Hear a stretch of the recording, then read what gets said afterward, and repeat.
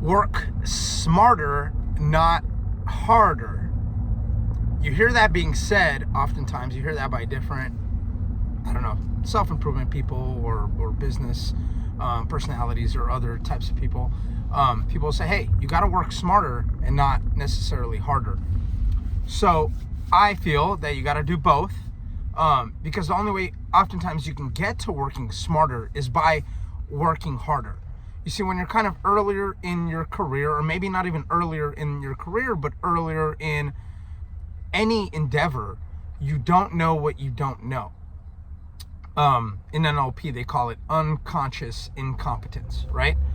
Then as you're looking to achieve a goal and you're learning all of these things, you become consciously incompetent and you understand, okay, I don't know this, and this.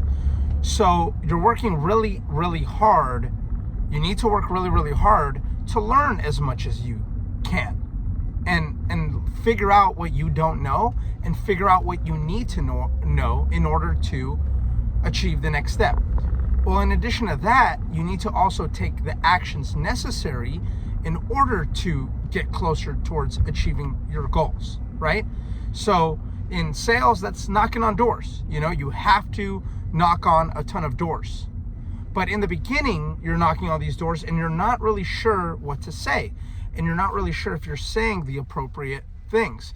And you're learning and you're failing forward, right?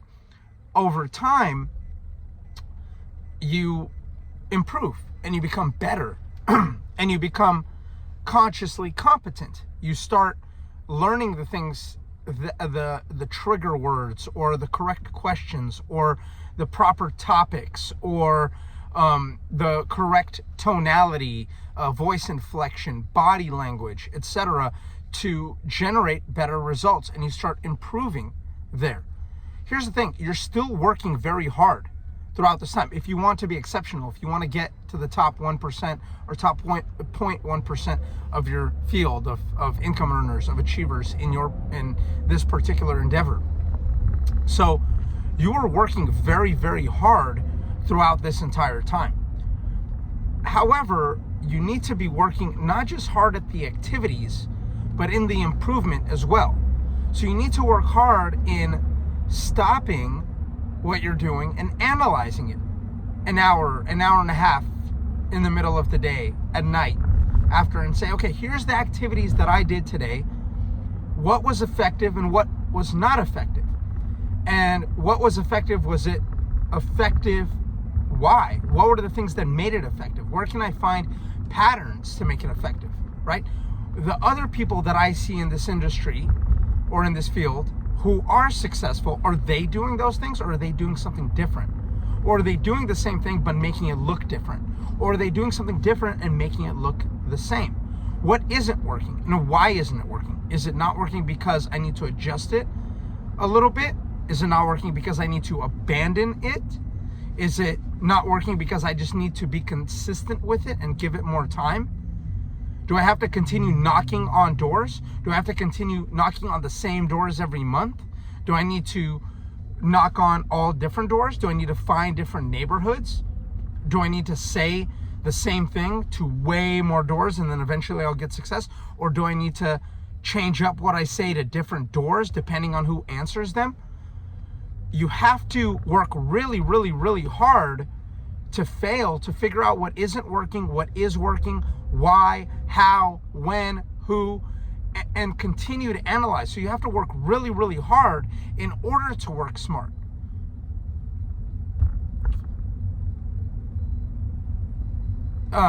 Tony Robbins made a great example of, he told a story, I don't know how true or real this is, but the owner of FedEx early on in the business, his factory is moving along, and all these conveyor belts and all this machinery and all these things are humming along and moving, and things are going here and things are going there, and this is getting boxed up, and it's all, there's an unbelievable amount of mechanical machinery throughout and technology that's working to make sure that everything's going out to the appropriate place on time, correctly, with no mistakes, etc. And then it all stops working.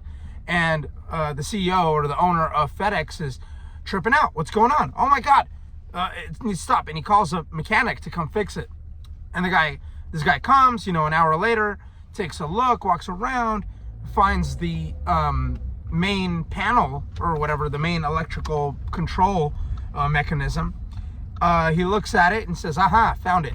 And he pulls out a screwdriver and he turns it like a quarter of a turn, like nothing. Just does a little whoop-de-whoop, and everything just starts back up and starts working. And it's all good, right? And the thing is, when it was stopped, this guy's losing, hundreds of thousands of dollars for every minute that it stopped, right? And so it starts back up, business is back on. He's so thankful. The CEO says, oh my God, thank you so much. How were you able to do this? Oh my God, thank you. How much do I owe you?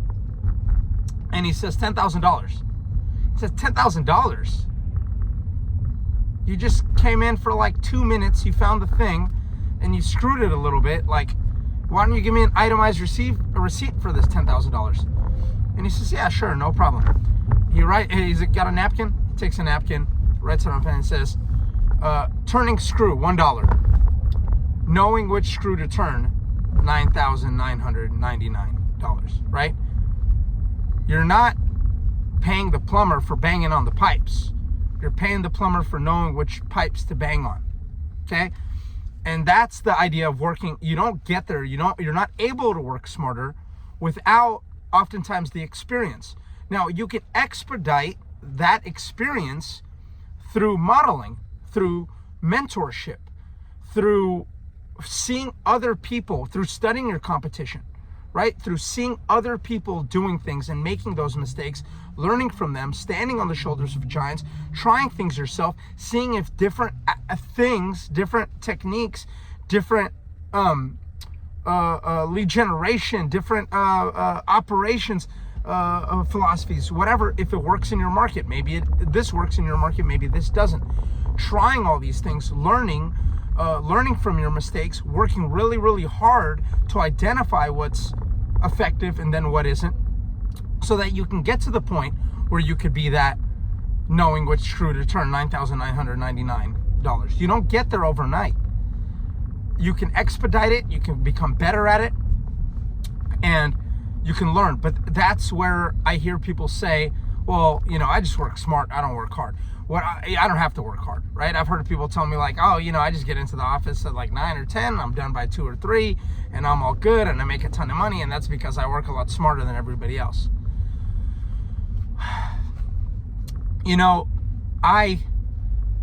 I think stuff like that can work, right? The idea of that is, yes, you can be so effective and so good at your job that you can work a lot less than other people and generate the same or more results. That is true, but it takes a lot of hard work. It takes a lot of hours to get to that point. But then also, when you're at that point, are you just complacent, and are you just okay with good enough and just getting whatever results that everybody else? Well, if you're that good, why not put an extra 2, 3, 4, 5, 6, 7 hours per day? Why not add an extra day to just be that much more exceptional, to 2x, 3x, 5x, 10x what everybody else is doing, to break records, to be the greatest, right? That might not be your goal. That's okay. So remember, when people tell you work smarter, not harder, in order to get to working smarter, you have to work very, very, very, very hard to get there. And it's in the journey, not in the destination. It's not about what am I getting here, it's what am I becoming here. What are you becoming by working hard? That's a Jim Rohn quote. You have to focus on what are you becoming by gaining these skills, by becoming a better communicator, by becoming a harder worker, right? Becoming somebody. Now, on the flip side of that, this is very dangerous. You can be an exceptionally hard worker, but you can be majoring in minor things.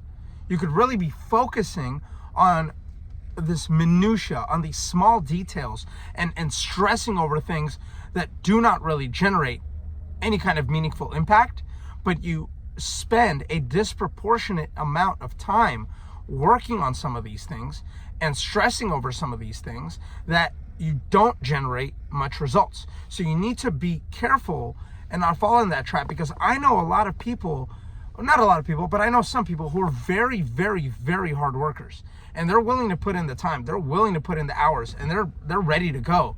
But here's the thing, they're not willing to risk making mistakes, putting themselves out there, getting uncomfortable, and getting to the point where they're able to work smarter and generate more results in less time. So you also see that quite a bit, where people are it's almost like a little bit of martyrdom. They work so hard. I'm always working hard. Got so much on my plate today, working super hard. Well, it's like, well, you don't have to really do that. You don't have to do these 5 activities. You can hire somebody else. You can hire a transaction coordinator to do the files for you. They do a pretty good job. Nobody can handle that DocuSign, and make sure that the initials are in the right place.